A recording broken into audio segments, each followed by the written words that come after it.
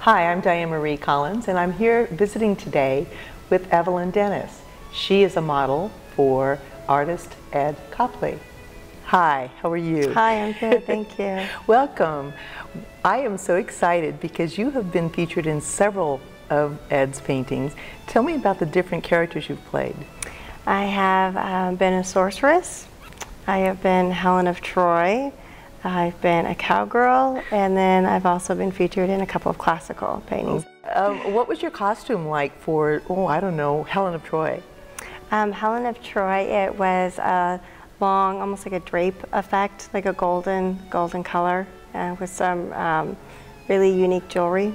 Do you know how Mr. Copley gets these costumes?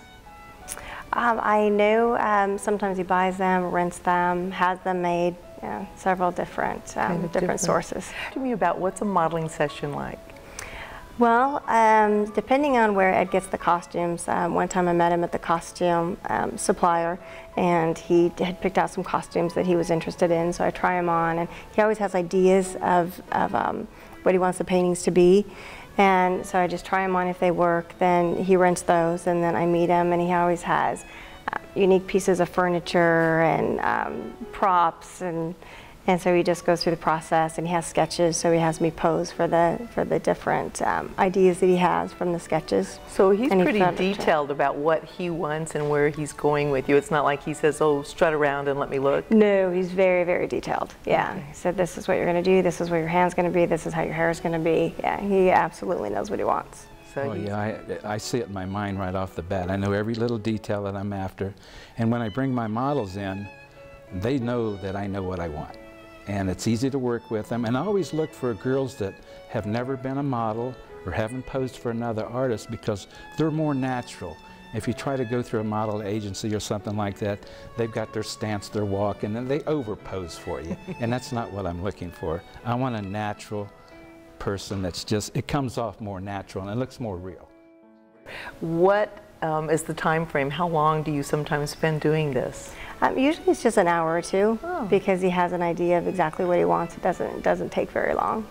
And this, for instance, your costume that you're wearing, this I gather is not your normal attire? No, it's not. No, no. He wanted to, he had an idea for some gypsy paintings, which was exciting. So I told him I used to love to dress as a gypsy for Halloween when I was a kid. So this was fun. It's a beautiful dress. It is. And the series that you're doing now, this gypsy series, do you have any idea what it's exactly for? Or he just had some ideas. There's a couple of scenes where I'm holding a tambourine. There's one that he has an idea of. I'm looking out of like a gypsy wagon, holding some flowers and some things like that. Kind of fun. 2 years ago, I shot some old gypsy wagons that I saw in my travels. Well, here lately, I got to thinking, I can use those wagons, I'll do some gypsy paintings. So that's how that come about. I did a few sketches, and then I got a hold of Evelyn. I got some outfits and dressed her up, and it's like we're taking off from here. And I'd like to see her in one of the wagons, maybe peeking around the corner with the flowers, looking at the suitor that come over and trying to date her or something like this. That's part of the scene. And with that, I thought, she almost looks like a peasant girl. So I figured, well, I'll get a few peasant paintings out of this also. So I modeled her that way.